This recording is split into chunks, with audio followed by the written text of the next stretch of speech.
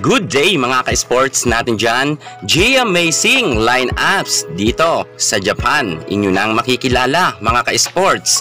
At makikita natin kung true ba talaga ang list na nasa listahan nga ang ating G-Amazing. Dahil marami nagsasabi na fake news daw na kinuhang import itong si Gia Morado de Guzman. Gayunpaman mga ka-sports natin dyan, meron tayong nakalap na listahan nga nakasama ang ating G-Amazing sa Denso Airy Vase. Sino-sino kaya ang kanyang magiging kasama dito sa paparating na liga sa Japan? Panoorin nyo ang ating full lineups nga na sinasabi nga nakasama si Gia Morado. Pero bago ang lahat, kung bago ka muna sa aking YouTube channel, huwag kalimutan mag-subscribe.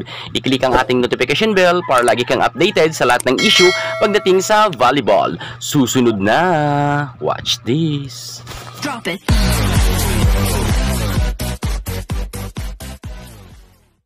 So ayan na nga po mga ka-sports natin dyan, atin nang pupuntahan at sisilipin ang full lineups na malakas ng Denso Airy Vase kung saan nga sila ang sasabak ngayon sa paparating na league dito sa Japan. Unahin na natin ang number 1 na si Minami Nakamoto. Si Minami Nakamoto, ang kanyang posisyon ay outside hitter at meron nga siyang height na 5'9". Matangkad rin ito mga ka-sports natin dyan.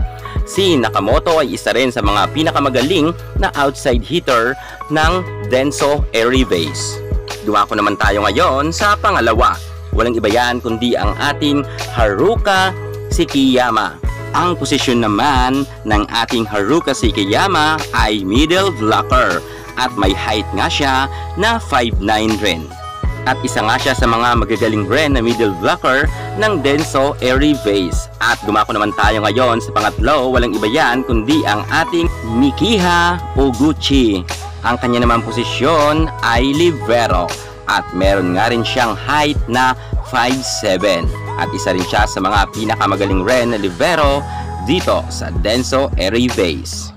At kita naman natin mga ka-sports natin dyan dito sa Japan ay wala ngang laglagan ng bola. Halos sinahabol talaga nila, hindi lang kanilang libero, pagkus ang lahat ng mga players dito ay talagang buwis buhay na hinahabol nga ang bola para lamang makadepensa at opensa. At narito naman mga ka-sports natin dyan, ang ating pang-apat, walang iba kundi ang ating Fumika Moriya, ang kanilang team captain. Ang kanya naman posisyon ay middle blocker at meron naman siyang height na 5'11". Matangkad na siya mga ka-sports natin dyan. At siya nga ay isang team captain dito sa Denso Airy Vase. At dumako naman tayo ngayon sa panglima, walang iba kundi si Airi Takahashi. Ang kanya naman posisyon ay setter at meron naman siyang tangkad or height na 5'6". Isa rin si Takahashi sa mga pagagaling na setter dito sa Japan. At syempre mga ka-sports, dumako naman tayo sa pang-anim, walang iba kundi ang ating napakagaling rin na libero na si Momoko Ishibashi. Kung saan mga ka-sports natin dyan, meron naman siyang height na 5'1". Hindi man siya ganoon katangkaran pero as a libero ay super effective siya dahil nga sobrang bilis niyang gumalaw. Dumako naman tayo ngayon sa pang-pito, walang iba yan mga ka-sports kundi ang ating Tamaki Matsui. Ang setter na ito ay halos kasing height niya rin ng ating G-Amazing. Meron nga siyang height na 5'7".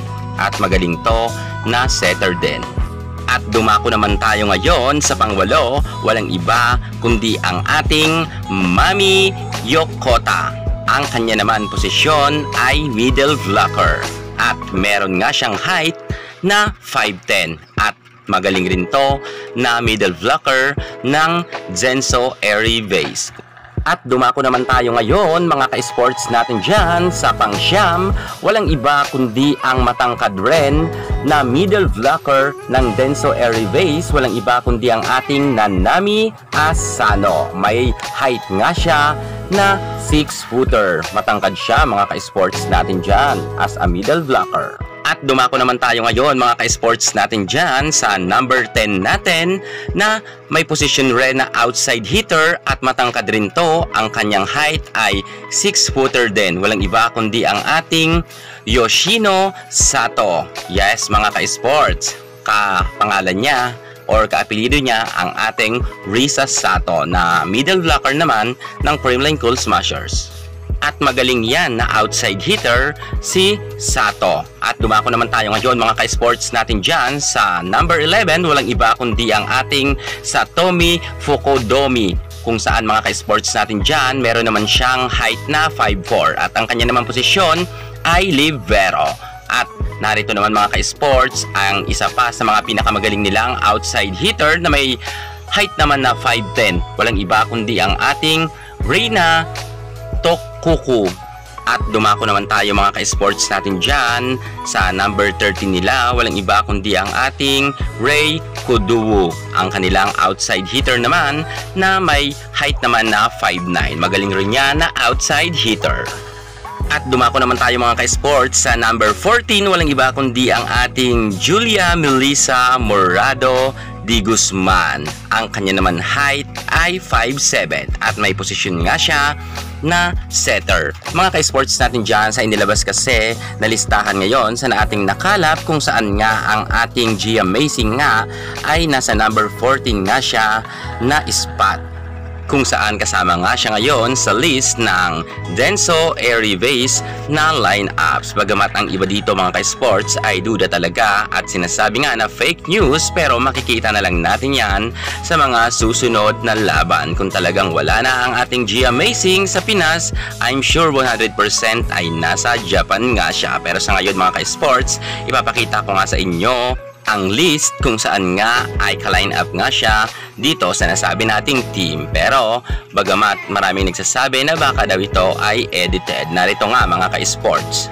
So ayan nga po mga ka-sports natin dyan, mababasa po nga ninyo ang pangalan ng ating Gia Amazing as a setter nga. Gia Melissa Morado Di Guzman ang import nga na setter sa atin bansa mga ka-sports na nasa Japan ngayon. Pero yan ay pinagdududahan bagamat makikita naman natin na kasama nga siya sa list na ng nasabi nating team ng Denso Airy Vase. So bahala na kayong humusga dyan mga ka-sports natin dyan. Basta kasama sa list ang ating Gia Morado Di Guzman. Dumako naman tayo ngayon sa pang number 15 nga. Walang iba kundi ang ating Yuki Yodo. Ang kanya naman posisyon ay outside hitter at meron nga siyang height na 5'9". So mga ka-sports natin dyan, ayan na, nakilala na po ninyo ang lahat ngang players ng Denso Airy Vase kung saan nga sila ang sasabak sa paparating na league dyan sa Japan. At sa tingin nyo mga ka-sports natin dyan, true po ba talaga na ang ating G Amazing ay kasama sa first 6 lineup? Comment na lang kayo sa baba para sa inyong mga reaksyon. Yan muna ang pinaka-latest natin sa mundo ng volleyball. Thank you so much. God bless.